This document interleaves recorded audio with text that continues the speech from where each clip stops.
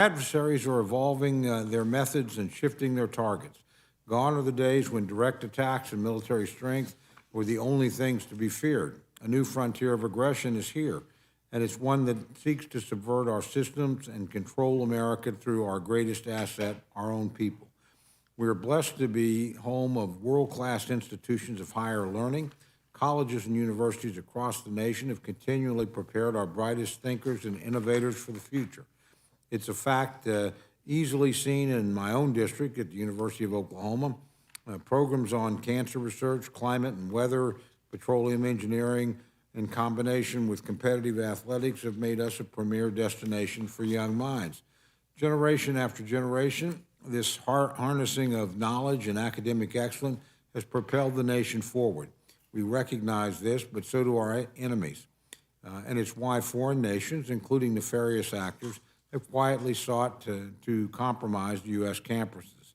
For example, the Chinese Communist Party has actively pushed Confucius Institutes, disguised as seemingly harmless language classes and cultural outreach. The ploy's goal is to indoctrinate students with CCP propaganda. Foreign entities, including our own adversaries, have also increasingly used large donations to American schools to covertly reach and manipulate students. Our reaction to this can't be subtle. It's why the House is taking up H.R. 5933, the Deterrent Act. The bill enhances and brings transparency and clarity to foreign gift and contracting reporting requirements for colleges and universities. No longer will stealthy streams of cash funneled to post-secondary schools be left in the shadows. Imposing stronger safeguards is a vital step forward. Today's hearing also covers H.R. 4468, the Choice in Automobile Retail Sales Act of 2023. The Biden administration's EPA has imposed regulation after regulation to push a radical Green New Deal agenda. One such rule sets emission standards so radical it would result in at least 2/3 of all passenger vehicles sold in the U.S. to be electric by 2023. These emission guidelines defy reality and strip Americans of the ability to make their own purchasing decisions. They also egregiously overlook the dramatically higher costs and a serious lack of charging infrastructure that consumers would face. Americans should be free to choose the type of vehicle that is best for them, not the type of vehicle that faceless bureaucrats in Washington want to think is best. H.R. 4468 will ensure that they can continue to do so.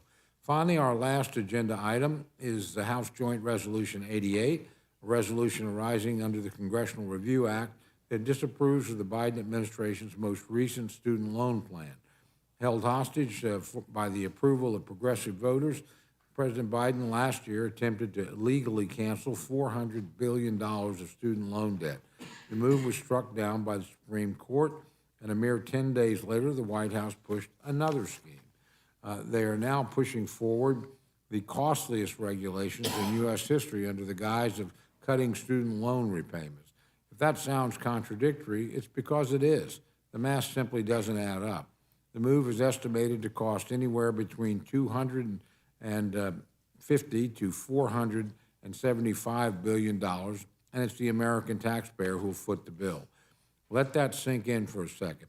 With the stroke of a pen, President Biden is attempting to spend hundreds of billions of dollars, none of it approved or appropriated by Congress, and all of it that must be borrowed. If allowed to remain in force, President Biden's wildly expensive plan will force Americans who either never attended college or paid for college themselves to bankroll student loans incurred by those who did not.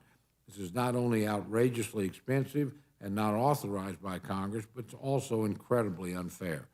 House Joint Resolution 88 would stop this debt transfer and remind the Biden administration that there are limits to their power. The Constitution states that it is us, Congress, that makes laws, not the president. If the president continues to ignore the requirements of the Constitution, it's up to Congress to stop him from doing so. Today, we're doing just that. I now yield to our ranking member, my very good friend, Mr. McGovern, for any remarks he cares to make. Well, thank you.